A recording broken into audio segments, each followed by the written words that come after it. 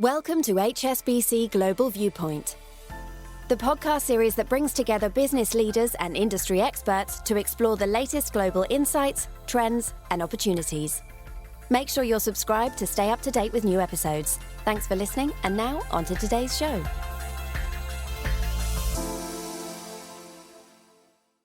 The following podcast was recorded on the 28th of September 2023 by HSBC Global Research. All the disclosures and disclaimers associated with it must be viewed on the link attached to your media player.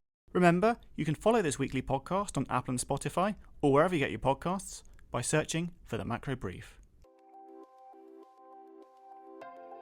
Hello, I'm Piers Butler, and this is the Macro Brief. On today's programme, we're assessing the outlook for the world economy.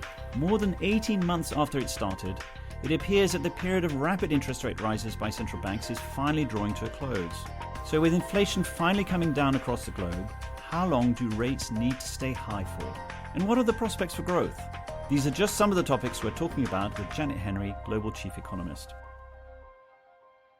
So Janet, when it comes to this question of peak interest rates, my impression is there's quite a lot of wishful thinking out there. I guess after 18 months of tightening, people want to believe we're at the peak. For central banks, it's more about not letting expectations run away with themselves. So even though emerging central banks have started to cut, where are we in this debate? Yeah, I think that's a fair summary, actually. The fact is central banks just don't know yet. You're right, some emerging economies have started to cut interest rates, but only a few. Brazil was one of the first to start. In Latin America, they'd had more recent periods of inflation. They were more preemptive. They took real rates to quite high levels. They have started to cut, but there's only one or two others, including Poland, that have cut interest rates. For the advanced economies, we actually are forecasting another rate rise for a few. They include Australia. But for the majors, they've basically told us that policy is restrictive, and they absolutely stand ready to raise rates further if they need to, but they just don't know yet. So the other key message that we've had is that they are going to be data dependent. They need to be confident that even if it's going to take longer than they want it to, that inflation is over time going to move back down towards target. So they're absolutely giving no hint whatsoever that they are ready to cut anytime soon. It is about managing those expectations. They just are not confident yet, given all the different array of factors facing the global economy. Do you think they've done a better job than historically? Because we have seen in history that the challenge is dealing with the lags between tightening interest rates and the impact on the economy. So far, the impression is that they seem to have managed that reasonably well, or are we still in this period of uncertainty and the data is really going to tell us whether they have been successful? Well, there are many more factors now, and I think this is one of the factors that markets have struggled with. They've always taken the view that actually interest rates rise for a period until something breaks, and then you get fairly rapid rate cuts because usually the economy is in a recession. But it has been an extraordinary period over the course of the last few years, and this is never going to be a normal downturn. But in terms of the lags with which monetary policy impacts on the real economy, it varies from country to country. You know, we see it in housing markets globally. Those economies that are more linked into short-term interest rates are seeing a big rise in debt service costs. They've seen a much sharper slowdown in consumer spending. You've seen that in Sweden in particular. You've also seen some elements of it in New Zealand. In the Eurozone, higher interest rates and slower growth is impacting on certain areas of the corporate sector where you're seeing higher bankruptcies. And in the US, it's partly in certain areas of household delinquencies, not mortgages. A lot of people, the average mortgage rate, I think in the US in terms of total debt service is still about 3.6. Even if you want to take a new mortgage, it's more like 7. And also what's different this time is the interaction between monetary and fiscal policy.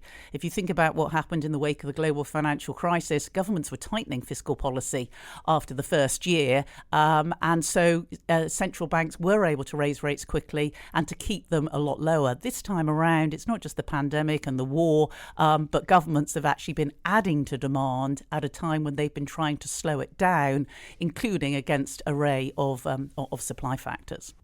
So as you mentioned, there are many other factors apart from tightening interest rates, which, as we've discussed before, is a blunt instrument.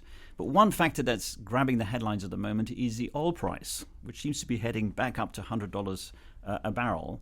How is that going to affect the outlook? I mean, how have you managed to sort of take that into account, given that often people talk about a rising oil price as having a similar effect to a rate hike? It's certainly unhelpful at the moment for any oil importing country, and at a time when inflation is still too high. Inflation has fallen. It's no longer in double digits or at 9 or 10. In most countries, it's more like half that, although obviously there are some exceptions. So now we have a situation where oil and energy broadly, which was adding hugely to inflation a year ago, is now actually detracting from inflation.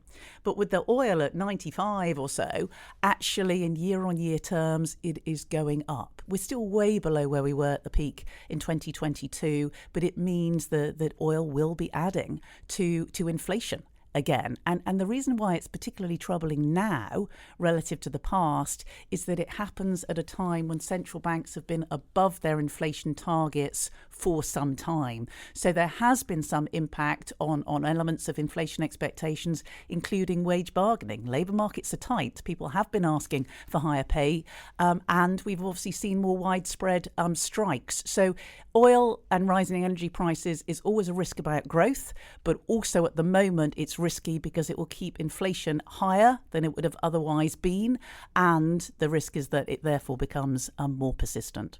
So, taking all of that into account, I confess when I read your Global Economics Quarterly that I was surprised to see your global growth estimates revised up. How did that come about? Oh, yes, I think a lot of people might be surprised by that.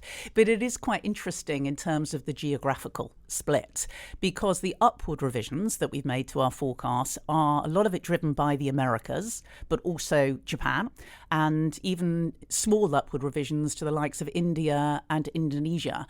So the US, it has been persistent upside surprises for a lot of this year, and a lot of it has been driven by consumer spending.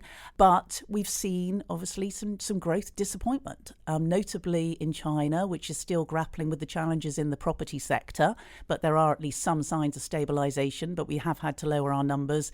And Europe is being weighed down by the weakness in the world trade cycle, which is also, to some extent, weighing down on the ASEAN countries. Actually, they're still growth outperformers relative to the rest of the world, but relative to expectations at the start of the year, that trade side has really dragged them lower. So we talked a little bit about inflation in your answer to the oil price, but again, I was surprised to see how elevated inflation is remaining in your 2024 forecast. I mean, is inflation becoming embedded in the system? Well, inflation, actually, we did revise up, but it was all driven by the emerging economies, and within that, a couple of the really high inflation economies, which obviously include Argentina. But the broad point is a fair one. Even in especially in 2024 and even beyond, inflation is still above central bank targets. But we also need to be mindful, even the Federal Reserve does not expect inflation to get back to target until 2026. So despite all of these uncertainties, you've actually attempted to introduce a 2025 forecast, which, reading it, seems a little bit more positive. It is. Our global growth forecast for this year is 2.5, for 2024 is 2.3, and then we do have a small uptick to 2.5 again. That's still globally a forecast that's below pre-pandemic trend levels of growth, although clearly there will be some outperformers, which we look at in the report. But there are a number of factors that could possibly even drive upside surprises, but ongoing challenges. Obviously, a lot of them still relate to inflation and how central banks respond to that elevated inflation. But also in some countries, we've got really tight labour markets. Often when you've had a recession, you get a nice strong rebound because unemployment's risen a lot. You've had massive rate cuts. We're forecasting only very modest easing of interest rates, particularly they only come very late in 2024, although they do gradually continue in 2025. But we're certainly not talking about a world where we go back to zero interest rates. We're only talking about 1% or so in terms of the interest rate reductions. So with not much slack in the labour market and with only limited reductions in interest rates, because we do think we're in this world of a deteriorating growth, inflation, interest rate trade-off, the extent of the revival that we see in 2025, we still think will be relatively modest, albeit, as I said, with some relative outperformers. So coming back to 2024, it's going to be an election year in many countries, notably the US. How did you deal with that in your forecasts? Or to put it another way, should we take your 2024 forecast as a central scenario, but with a wider range of possible outcomes than normal? Yes, it's our central scenario, but we do explicitly say in the report that obviously 2 years out, there is a higher degree of uncertainty for forecasts over the course of the next quarter or so. And even those could clearly bring some surprises. Already there's a lot of focus on the possibility of a government shutdown. And we've talked about the impact of higher oil prices and what could possibly happen there. But in terms of how we incorporate it into our forecasts, I think when we think about elections, and there's more than a dozen next year. Don't forget, we've got one in the UK as well. We have to take a view on fiscal policy in particular. And as I mentioned, fiscal policy has generally been quite supportive at the moment. In the US, they've been pushing for a greater industrial policy.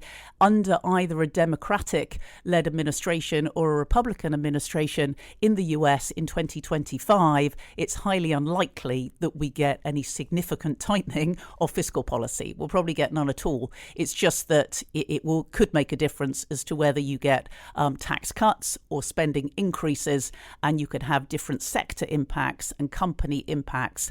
But we've just taken a view that fiscal will not be something that's slowing down growth, nor will it be something that's going to drive inflation lower. So that's part of the way in which we incorporate it. Janet, thank you so much for joining us. Pleasure to be here, Piers. Thank you. Janet Henry there on the outlook for the global economy. If you're an HSBC client, you can catch Janet at our Global Investment Seminar, taking place at our London headquarters on the 9th of October. The event features presentations from our economists and strategists from across the asset classes.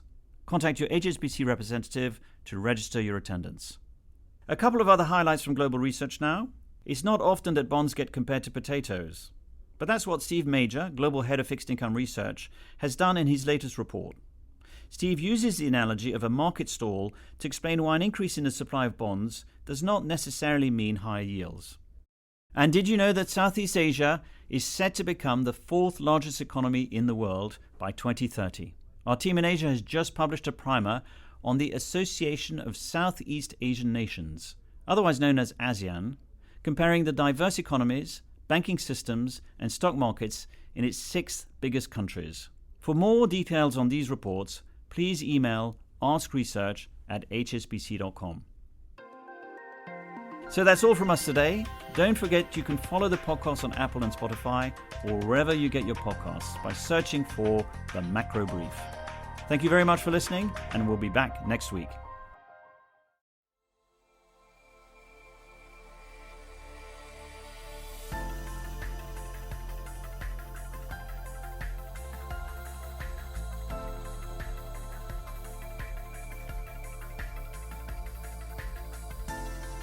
Thank you for joining us at HSBC Global Viewpoint. We hope you enjoyed the discussion. Make sure you're subscribed to stay up to date with new episodes.